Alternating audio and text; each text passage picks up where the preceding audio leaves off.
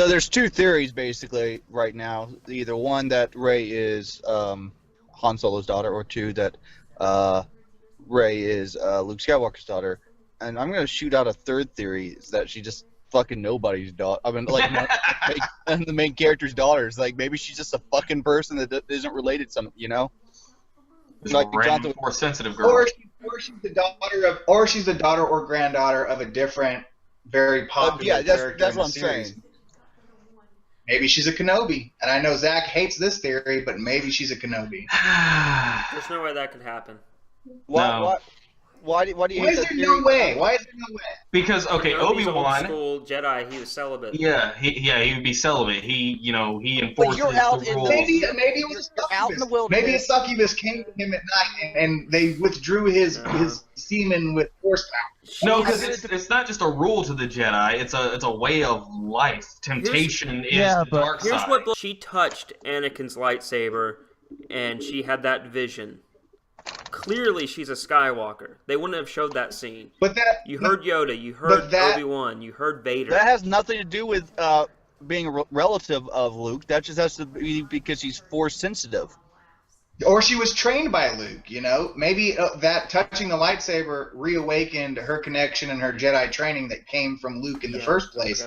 Even though she never touched that lightsaber and Luke didn't have the lightsaber at the time of her training, it was inextricably linked to Luke through the Force because his midichlorians were on that lightsaber because his DNA was on that lightsaber. So when she touched it, she felt the link to Luke, and it scared her. I'm assuming it scared her. It made her run from the pirates in the first place because she was a Jedi during a time of great turmoil. If she was there when Ren rose up, which I mean, this theory has a big hole. Kylo Ren didn't recognize her. But then again, she might have just been a child or a prodigy at the time of his... Here's another thing. Right. Han knew who she was. They seem to be about the same age. Han knew who she was. She says her name, and he kind of laughs.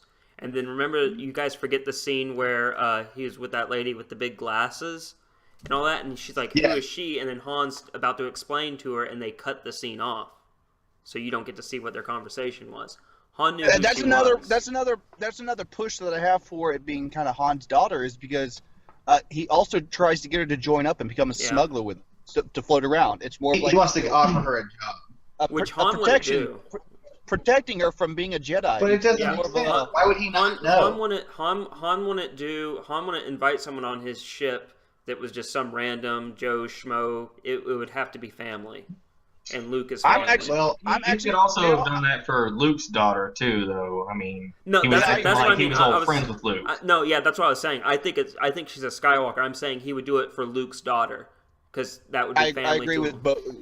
All right, so I'm going to shoot up another theory here in that she's actually half Sand People, half Ben Kenobi. Ben Kenobi got really lonely, banged a Sand person, and then there she is.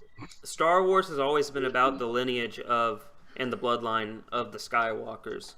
So there will have to be a new generation of Skywalkers. Well, they are the space holy grail, so... Yeah, they are. And no one is that fucking powerful unless you're a Skywalker. Yeah. But I mean, her blood is diluted if she is Luke's daughter. That's the thing that kind of irks me about her having access to Force powers, because Luke is he's the son of the space Jesus.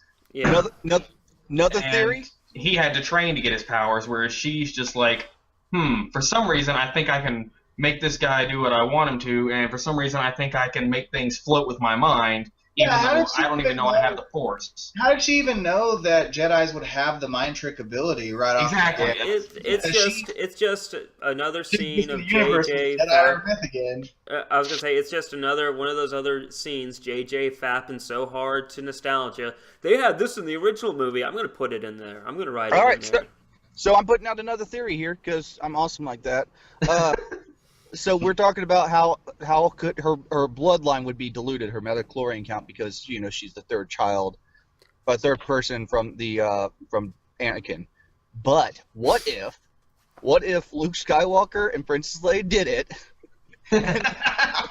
And that's why Luke Skywalker is hiding, because he's like so ashamed of the fact that they actually went through with it. Here, I got a great theory. That's why Han Solo and Princess Leia are no longer together, and they're like, that's a little too weird for me. No, here's a great theory. Okay, guys, I got it. I got a great theory. Okay, the next scene, I don't care who it is. It has to be it Poe or Finn. Someone asks, Luke. They'll go she ends up being Luke's daughter. They go, Luke, who was the mother? And then he says, there was no mother. I carried her. I gave birth to her. So, come to 2 Bits Podcast for the actual theories that will work. Yeah, if that horse Jesus The leads the logical teenager. Oh, the fan art you just inspired. Yeah, don't look this up, kids, because you know what's out there. I think there's going to be a scene where it's like a tank, like a clone tank, and it's like somebody injecting like a vial of DNA into the tank that was drawn from Luke Skywalker's hand, and the camera pans out, and it's Salacious Crumb from Jabba's Palace.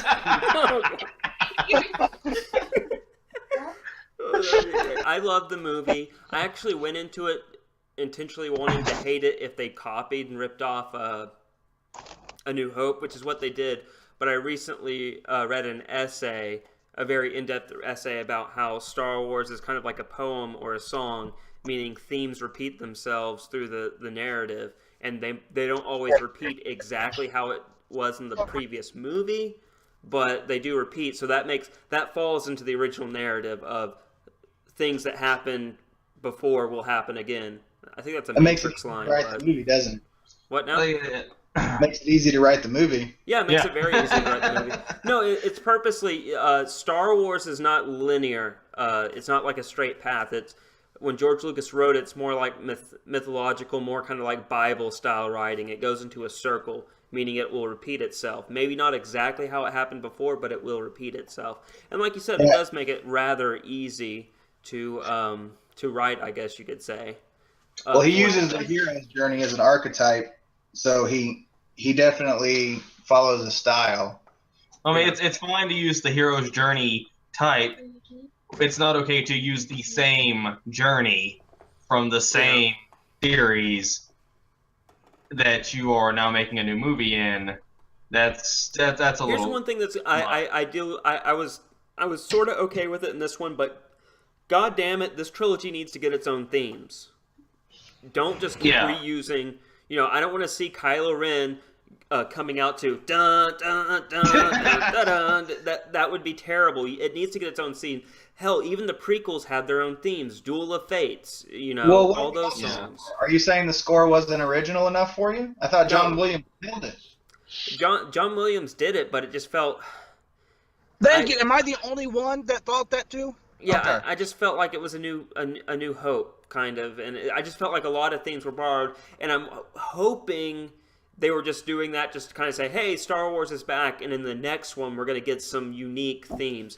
That's a different director in the next one, so I think the music was good, and it was John Williams, of course, but at the same time, it felt just like it was safe. Yeah, it's not as memorable as the music from that's even the prequels. But it's not supposed to overpower the film. It's supposed to complement the film. But Star Wars is known for the theme. Yeah. That's only if you've seen the movie 20 times. I think if you watch the film A New Hope with fresh eyes, I don't think that if you're not like automatically that classic score, I think you wouldn't really recognize it as the most appealing aspect of the movie, even though over time it has become classic. I think the score on this movie it had a classic flavor, but I think it was perfectly done. Every scene, even though, like you said, there was a lot of scenes where it felt rushed, every scene that had a moment with emotional weight, I think John Williams really captured it really well. And I think some of the themes that he used for the battles and the quiet moments, I think, worked really well. It felt original to me, and he didn't just reuse the same bars from the first 3 scores. I think he did a great job making not realize the music was playing, not realize that the music was a big part of why I was feeling a connection to the characters. So I don't think the music really. I don't think he did a terrible job. But what I'm worried about is, like, say Leia's theme plays when Leia's there. Got a little worried because they were playing Leia's theme when Finn and Rey are hanging out, and I was just like, no. No, and then they shot to Leia, and I'm like, okay, thank God, it's because Leia's coming into the picture. I was about to get pissed. I was like, no, that's terrible. That's a terrible. My relationship is, I'm going to say it right here. Here's my theory. I think Finn and Poe, they're going to be a couple. Okay, that's fine with me. I know, no objection to that. Why? Do you have an objection, or is there some reason why you think people wouldn't like that? No. Good. Then we can move on. Awkward. Is it the interracial thing? Is that the problem? No. I know that's what the problem is for me. I wasn't saying it was a problem. No, I love the bromance between them. I thought they had like an instant connection, maybe a little bit too instant. Yeah. It was like, hey, I've known you for 10 seconds. You're my best friend now. Yeah, for what they went through, their reunion was way over the top. Yes, that's what I'm saying. I think they should get together. That should be your couple. No, I'm serious. They really made a connection. They kiss, and then you find out that Poe is Finn's brother. Oh my god.